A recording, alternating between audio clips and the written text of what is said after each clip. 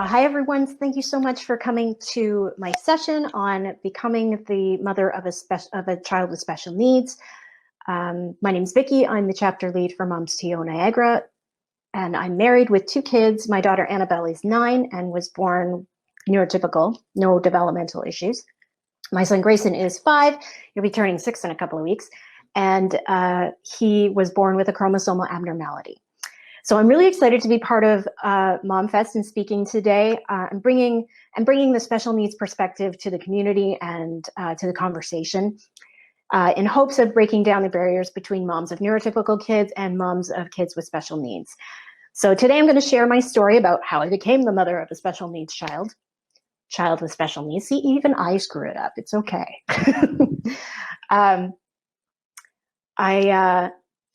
I might touch on some ways that I use to process some thoughts that I have, worries that I have about Grayson just because of his needs. So I might share some of those coping mechanisms that I use.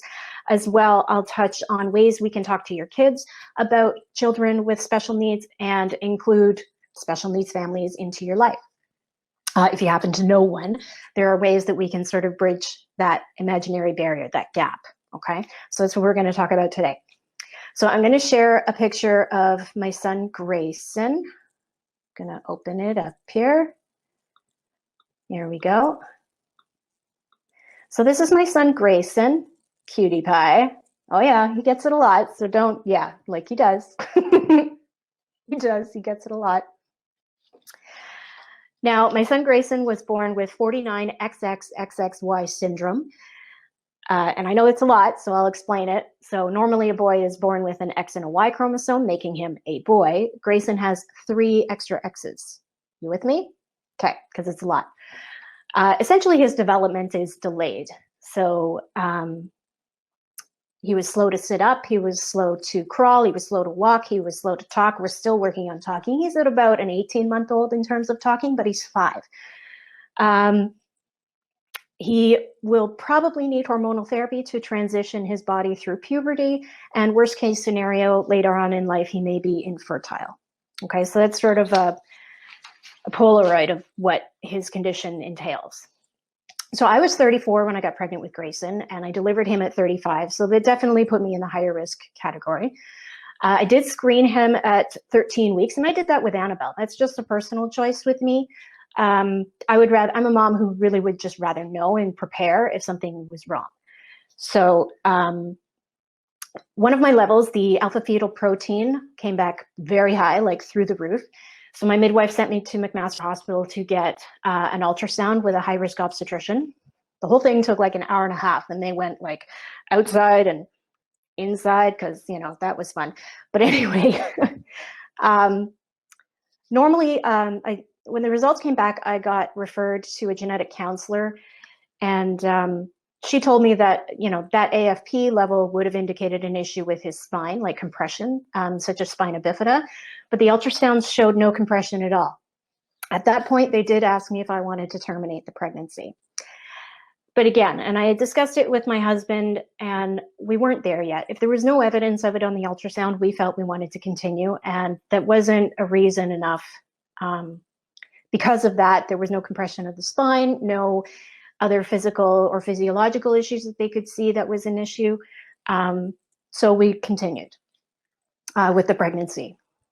So ultimately, because it didn't show any issues, I still wanted to know what was going on. So eventually, at about, I think about 27 or 28 weeks, I got an amniocentesis.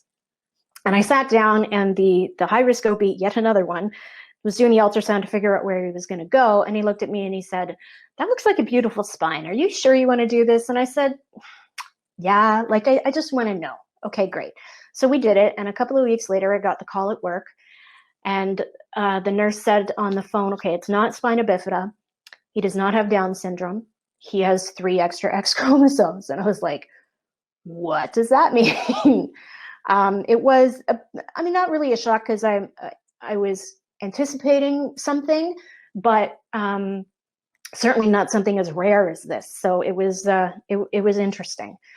So I was told to make a list of questions that my husband and I had, and we got an appointment with a genetic pediatrician who deals with children with born with abnormalities all the time, and sort of speak with her and get those questions answered. Now, for Dan and I, we were more concerned about functionality. We were concerned about, is he going to be able to pee on his own? Is he going to be able to make love for the first time? Is he going to, are there any life expectancy issues? No. Yes, he will be able to pee on his own. Yes, he will be functionally okay in terms of reproductive scenarios. Life expectancy is totally fine. And I really just wanted to know what I could expect in the first year. And that was just the delays and milestones. So yeah, all of my questions were answered. And after all of that time of being tested and traveling all over the region, I could finally just sit down and have a baby. Awesome.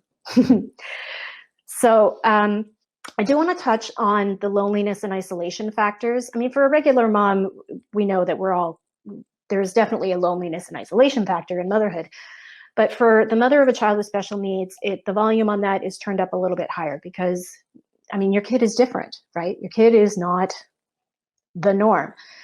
And so there is a fear of other people not seeing what you see in your son or in your child, people just not getting what's going on with your kid, the weird sounds that they make, what they're trying to convey, how they're communicating, that kind of thing, right? And your mind does go to some dark places. What's going to happen when Dan and I pass away? Is he going to be in a home? I don't think so, but we're not there yet. And sometimes it does creep into my head. So I've got some things that I found really helped me. First of all, I actually found a Facebook group for this condition, which is fantastic.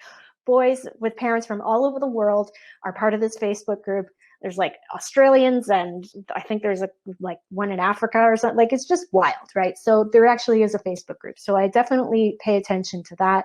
I started taking care of myself in the form of writing. I started writing about it on a blog during my maternity leave, and now I've transitioned that to a series on my Instagram page called Diary of a Special Needs Mom. And it really does help me process those feelings.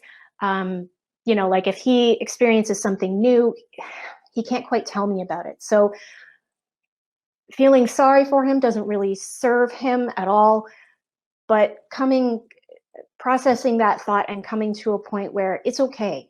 It's absolutely okay. He has still experienced it. Just because he can't tell me in the regular way or what I would normally expect, doesn't mean he didn't enjoy it, right? So there are things, right, that pop up where I feel the need to write about it, and it really does help me process those feelings.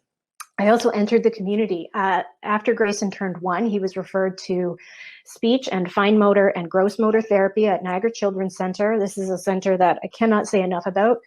We would have been lost without them. A fantastic facility. And he was accepted into their preschool, I think at the age of 2.5 or so. And in a preschool class with 7 other kids, I met those moms, and now we're all sort of connected in a little Facebook Messenger group, and we touch base with milestones reached and issues that we're having, and it's my own little special needs bubble. So those are all things that I use to get through the hard times and to celebrate the good times. It's very cool.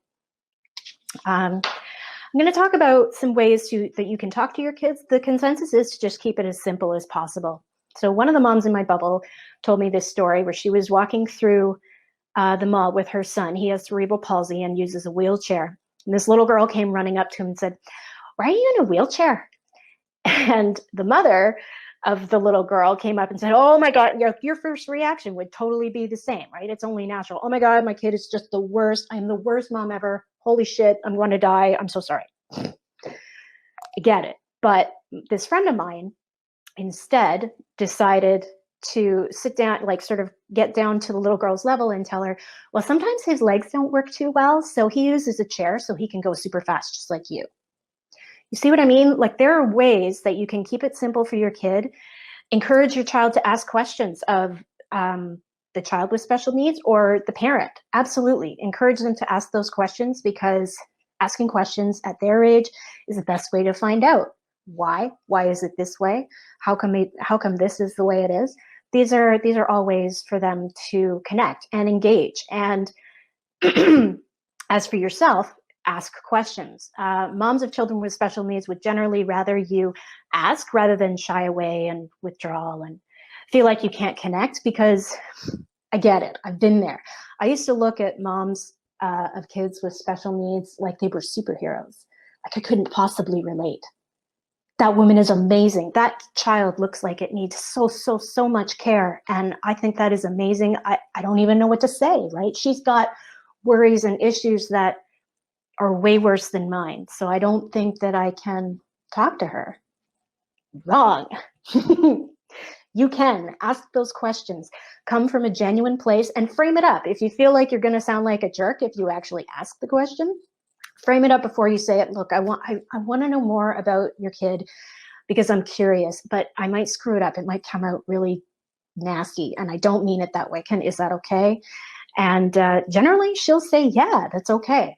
Now, I mean, there might be a trigger there, right? I mean, if the issue occurred during the birthing process, that might be an issue. So, I mean, make room for her, give her the space and say, like, if you don't want to talk about this right now, I really would love to know more about your experience and, help you through it. And I would love to get together for a play date and see what we can do to make it great for your kid.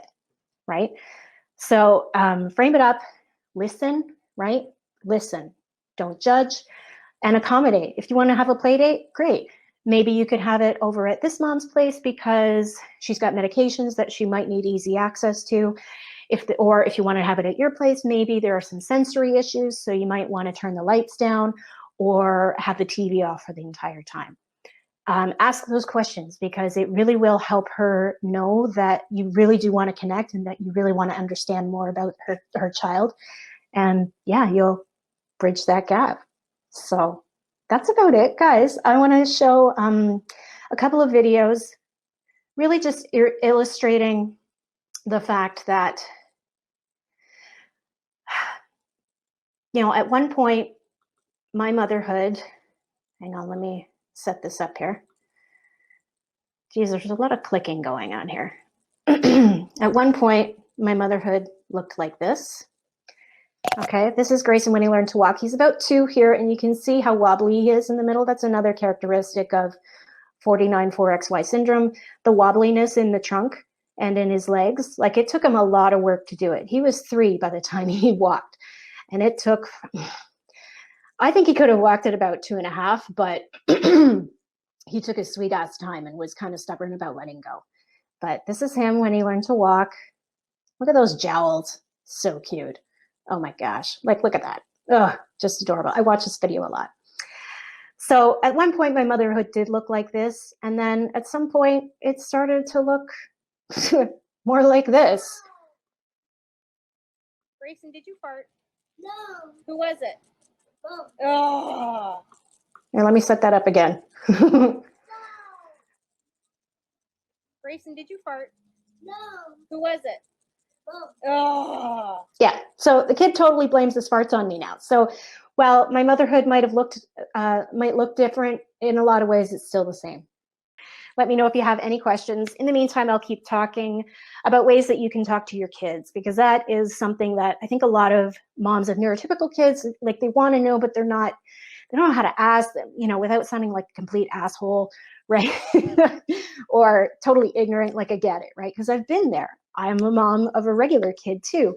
And at that point, I used to look at moms of kids with special needs like they were superheroes, right? That I couldn't possibly relate. That child looks like they need so much extra care. She has issues that I couldn't even fathom. I don't know if I could even relate to her, or if she would even want to relate to me.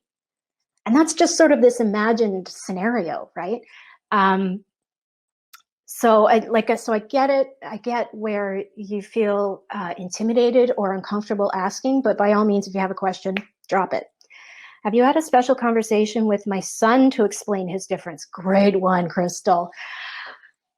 Well, kind of and no. Like, I do believe he realizes that he's behind his peers, but Grayson, I don't think it's a question of being ready. I think it's a question of him understanding, period. And I think that we would be better to talk to his team at school as well as his team at the center, because they do occasionally go and visit him in class and see how he's doing. And I might actually, that's a really good question, because he's turning 5, I might talk to our social worker at Niagara Children's Center. When we joined the preschool, we were assigned a full team, fine motor, gross motor, speech, and a social worker to help us sort of navigate his care, I guess. And she's a really nice lady, so I might talk to her about that. In fact, I might even bring her in as an expert onto my Instagram account, because she's an amazing lady. But great question. I'll see what I can do about that. I haven't started yet, but it'll have to be done, right? Because I want him understanding that for him, he will need a little extra help than the rest of his peers. And that's how I intend to frame it until he's older, where I can actually get into the genetics and things like that. Great question, Crystal. Thank you. So ways that you can be inclusive with other moms that have a child with special needs in them. You can ask questions is really the best way, because we would really rather you ask the question rather than going and finding a random article on the internet and then assume stuff about my kid, or even just, like, I'd rather just come and ask, even if, even if, again, you might sound insensitive, it's okay. I mean, with me, it's okay.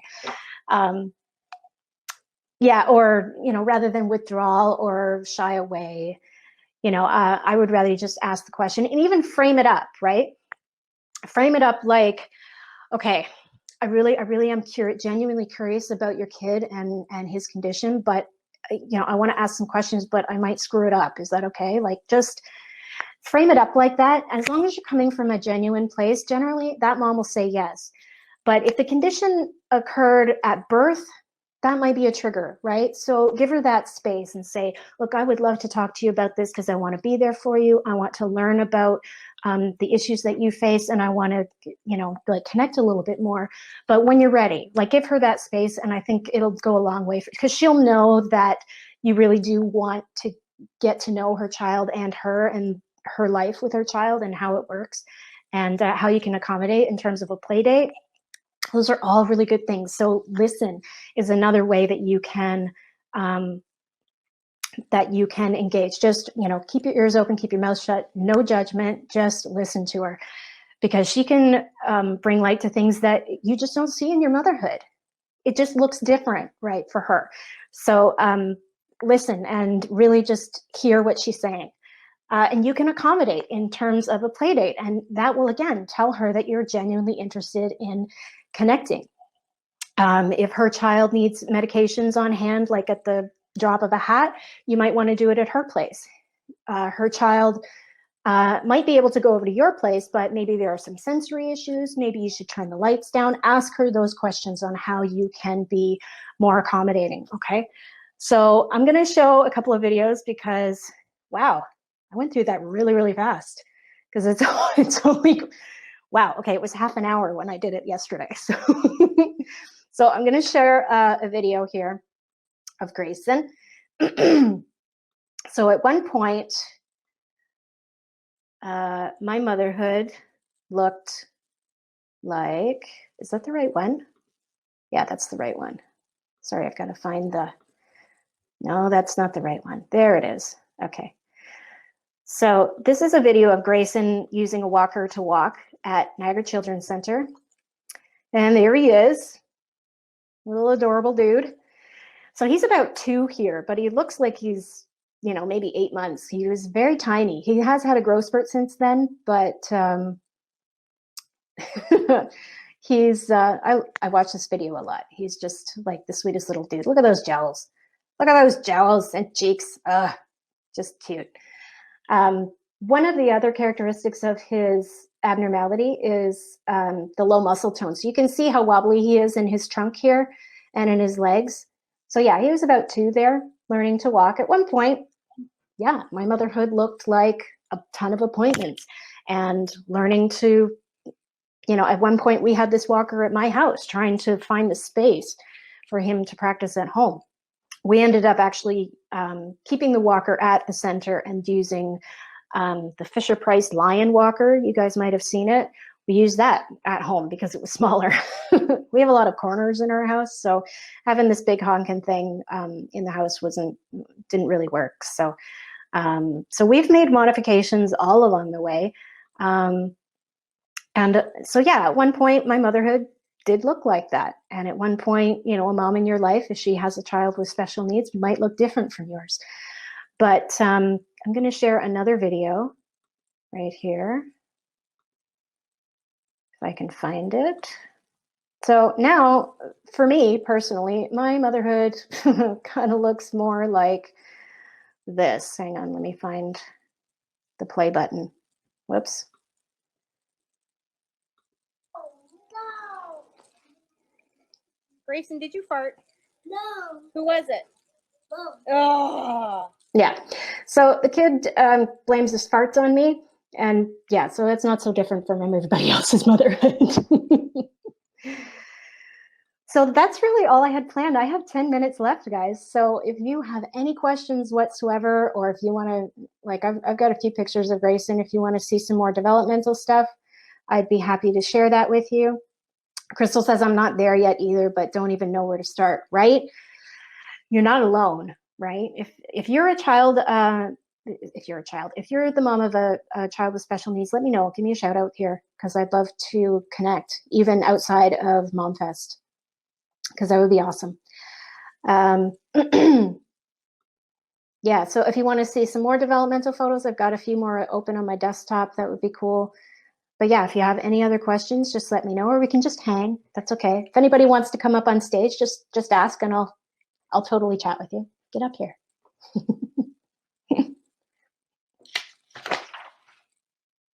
Oh, thanks so much, guys, for coming out. Are you guys enjoying MomFest? Oh, Tara, my 2-year-old son is missing part of his 5th chromosome. Your story is so familiar. Tara, it's great to connect with you. Wow. Now, do you actually have a diagnosis? I assume so. And did you get that through screening, I'm curious, or afterwards? Let me know.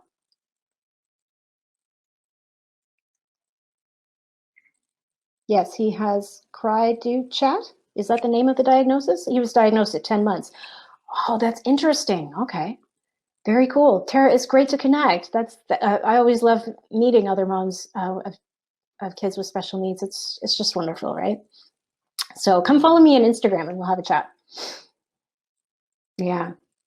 So did you find it hard? That's another thing we can talk about too. Once you become the mother of a child with special needs, the word advocacy really is amplified. So while you might, as a mom of a neurotypical kid, you might be advocating for your kid, okay, I'm not going to have him bullied at school. I'm going to teach him this and this and this. But specifically for a mother of a child with special needs, has suspected childhood apraxia of speech, a neurodisorder making it hard to speak. Right, Crystal? Yeah, because we talked about that last night. Yeah, the term advocacy really becomes a lot louder, and it can be a struggle for moms of children with special needs to use their voice, that they, in other, if their child was normal, that, they wouldn't have to turn up the volume so high. But especially if you don't have a diagnosis. If you don't have a diagnosis, it can be hard to get funding. It can be hard to get therapy. So myself and even Tara are very, very lucky to have gotten a diagnosis, because it opens up so many doors to so many supports and just wonderful stuff.